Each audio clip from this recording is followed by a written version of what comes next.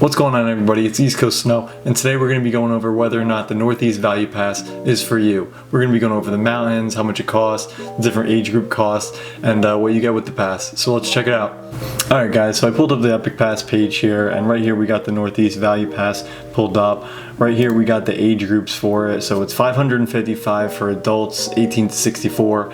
It's $416 for teens 13 to 17. $416 for seniors 67 or 65 to 70 to 79.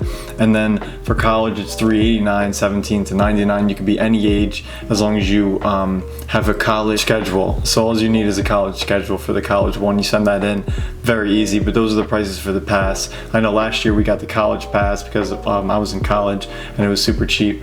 But let's check out the mountains. So the mountains that you get on the pass are pretty good.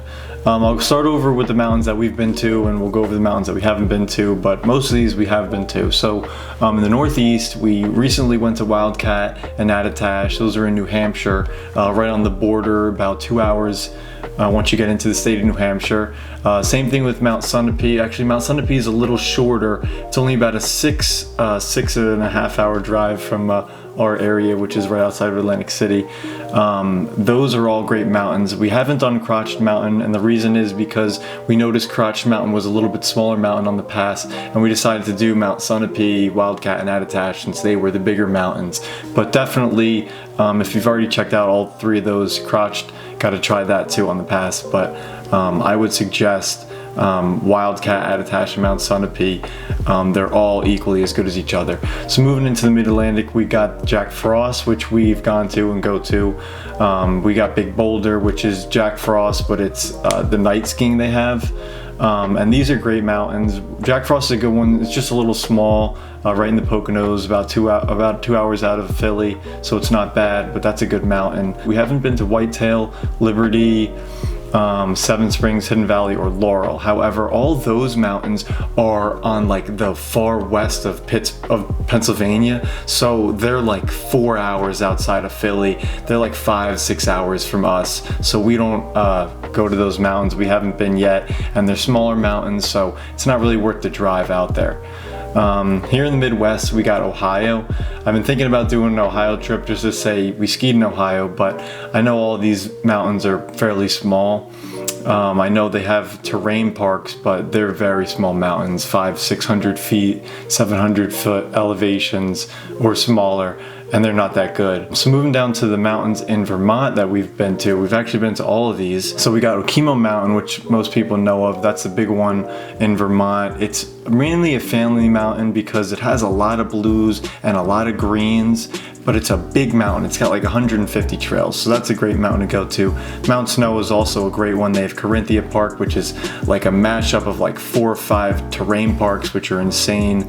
Definitely a great mountain. That's not too far up in Vermont. It's a little shorter ride than Okemo is. And then we got Hunter Mountain. Hunter Mountain is in New York. Hunter's a great mountain in upstate New York, about 3 hours outside of the city, or about two and a half hours outside of New York City. And then Stowe is probably the best mountain on the pass. So we went to Stowe last year, I think, and that was a really good mountain. So the only thing with Stowe is that you can only go 10 times. Now, it's not really bad at all, because 10 times is a lot. I mean, we haven't even gone 10 times. I think we went twice. But there are only 10 days you can go to Stowe, so remember that. Now there are holiday exclusions from a couple of mountains, and those mountains would be these. So Okemo, Snow, Hunter Mountain, Stowe all have holiday exclusion dates, which are these dates. This is for 2023 already. As I'm looking at it, I noticed that, but similar dates to last year, 2022, and 2023 this year. But remember that these are restricted days at these mountains and you cannot go no matter what, so don't try and show up. You can go and buy a daily pass, but that's about it. So overall, it's access to 21 resorts, so it's really not a bad value. I know we got the college pass last year. It was $389. It wasn't $389 last year, it was only $330 I think, which was pretty good. But we decided to check out a couple new mountains on the pass, like Wildcat, Attitash, Sunapee. We did, I think, one or two more, but definitely a great pass to have. It's got a lot of mountains. Like I said, we're in the Atlantic City area, so we're pretty far from a lot of these things, but if you're in Philly, or if you're outside of New York City, or if you're higher up in New York or closer to the northern states, this is a great pass to have. It's got places all around the area, and overall it's definitely a good pass. So for the $550 that it is for the average person, it's really not too bad of a price. For college students, I think it's definitely a deal, and even for seniors and teens, it's a deal as well. If you're close to these mountains and you can get at least 10 to 15 ski days out of it, it's definitely worth it. That's about how many days that we get out of it, since we're a bit far from them, but definitely worth it. But if you guys like this video, definitely let me know in the comments. I'm going to be doing more pass videos like this, and if you have any questions about this pass, definitely let me know. East Coast Snow out.